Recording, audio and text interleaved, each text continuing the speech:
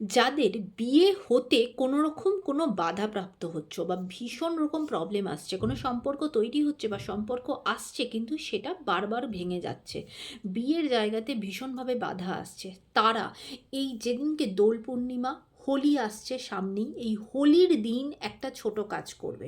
সেটা হলো তোমার বাড়ির কাছাকাছি যে প্রসিদ্ধ শিব মন্দির আছে সেই শিব মন্দিরে যাবে এবং তিনটে জিনিস নিয়ে যাবে। সেটা হলো একটা পূর্ণ গোটা পান, দেখে নেবে ছেঁড়াফাটা যেন না হয়, একটা ভালো সুন্দর গোটা পান, সুপারি এবং হলুদের গাঁট, এই তিনটে জিনিস নিয়ে গিয়ে শিব পার্বতীর পায়ে অর্পণ করো। নিজের যা কিছু অসুবিধা, যা কিছু বাধা আসছে সেই সমস্যার কথাটা ঠাকুরকে জানিও।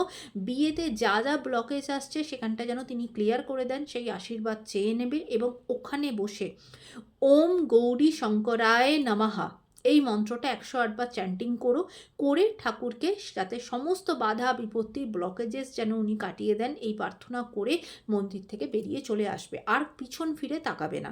এই ছোট্ট কাজটা ওই দিনকে করো, হোলির দিনকে করো, দেখবে উপকার পাবে।